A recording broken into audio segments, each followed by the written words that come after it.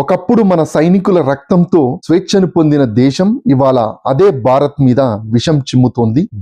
బంగ్లాదేశ్ ఇవాళ అరాచకానికి అడ్డగా మారింది. అసలు అక్కడ ఏం జరుగుతోంది? 15 తిరుగులేని పాలన సాగించిన షేక్ హసీనా ప్రాణాలు అరచేతులు పెట్టుకుని మన దేశానికి ఎందుకు పారిపోయి రావాల్సి వచ్చింది? కుట్ర కోట కుప్పకూలిన పాలన. జూలై 2024లో మొదలైన కోటా రిజర్వేషన్ల గొడవ కేవలం ఒక నెపం మాత్రమే. దాని వెనక దశాబ్దాల అసంతృప్తి ఉంది. విద్యార్థుల నిరసనలను ఉక్కుపాదంతో అణిచివేయాలని చూడటం హసీనా సర్కార్ చేసిన అతిపెద్ద తప్పు. కానీ ఈ గొడవకు విదేశీ శక్తులు తమకు అనుకూలంగా మార్చుకున్నాయి. అమెరికా వంటి దేశాలు ప్రమేయం ఉందన్న ఆరోపణలు ఒకవైపు, పాకిస్తాన్, ఐఎస్ఐ మరియు చైనా వెనుకుండి నడిపించాయన్న వార్తలు మరోవైపు. హసీనా భారత్ కు అనుకూలంగా ఉండటమే ఆమె పతనానికి కారణమైంది. భారత్ ఎందుకు ఆశ్రయం ఇచ్చింది సరే తెలుసుకుందాం.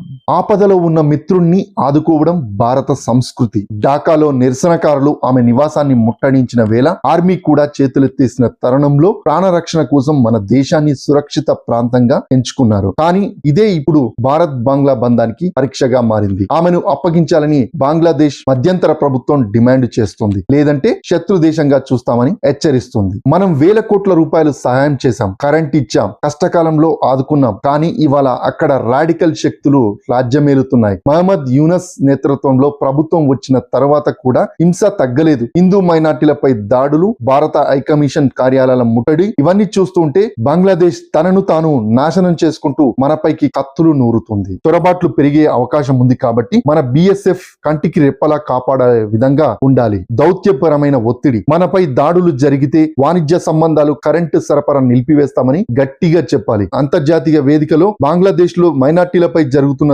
దాడులను ఐక్యరాజ్య సమితి దృష్టికి తీసుకెళ్లాలి. అధికారం కోసం దేశాన్ని తగలబెట్టుకునే మూర్ఖత్వానికి దౌత్యమే సమాధానం కావాలి. పాకిస్తాన్ లాగా బంగ్లాదేశ్ మరో విఫల దేశంగా మారక ముందే భారత్ తన చాణక్య నీతిని ప్రదర్శించాల్సిన సమయం ఉంది. నమ్మిన వారికి ఆశ్రయం ఇద్దాం, కానీ నమ్మించి గొంతు కోసే వారికి మాత్రం తగిన బుద్ధి చెబుదాం.